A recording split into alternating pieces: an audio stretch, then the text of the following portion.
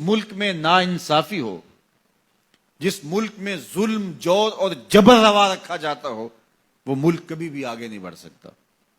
وہاں کبھی بھی سکون اور کبھی بھی طمانینت نہیں آ سکتی. وہ ملک کبھی بھی اپنے پاؤں پہ کھڑا نہیں ہو سکتا جہاں انصاف کا دور دورہ نہ ہو. آج کل کہا جاتا ہے سستا انصاف. اسلام سستے انصاف کی بات بھی نہیں کرتا، اسلام مفت انصاف کی بات کرتا ہے. ہر شخص کی دہلیز تک انصاف پہنچے.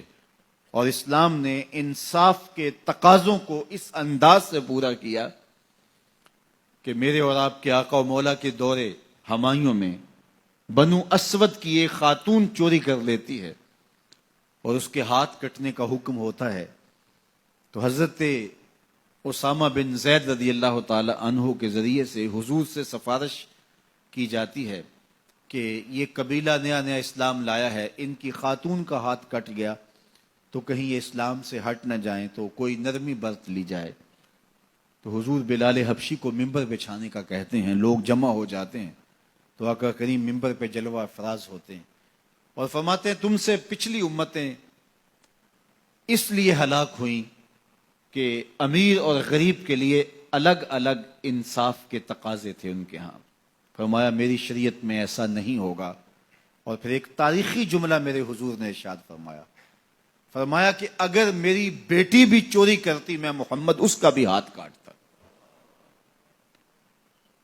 جب کسی بھی ملک کے اندر، کسی بھی ریاست کے اندر دو طرح کی عدالتیں ہوں، غریبوں کے لیے الگ نظم ہو، امراء کے لیے الگ قانون ہو، تو پھر کبھی بھی اللہ کی رحمتیں ان قوموں پہ نازل نہیں ہوتی.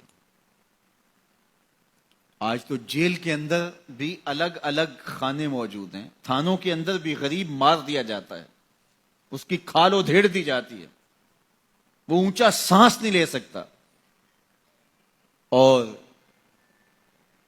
با اثر لوگ تھانوں میں بھی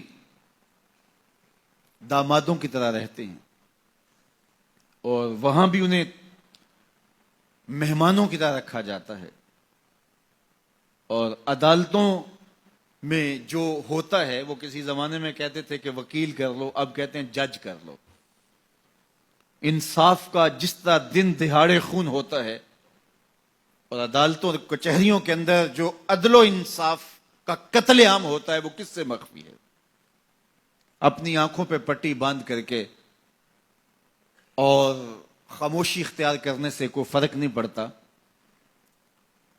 آج ہمارا عدالتی نظم انصاف نہیں دے رہا. اگر ہم چاہتے ہیں کہ یہ ملک آگے بڑھے اور مستحکم ہو تو نظام عدل کو درست کرنا پڑے گا. عدالت کے اندر خلیفہ وقت بھی کھڑا ہوتا تھا اور ایک ذمی بھی کھڑا ہوتا تھا.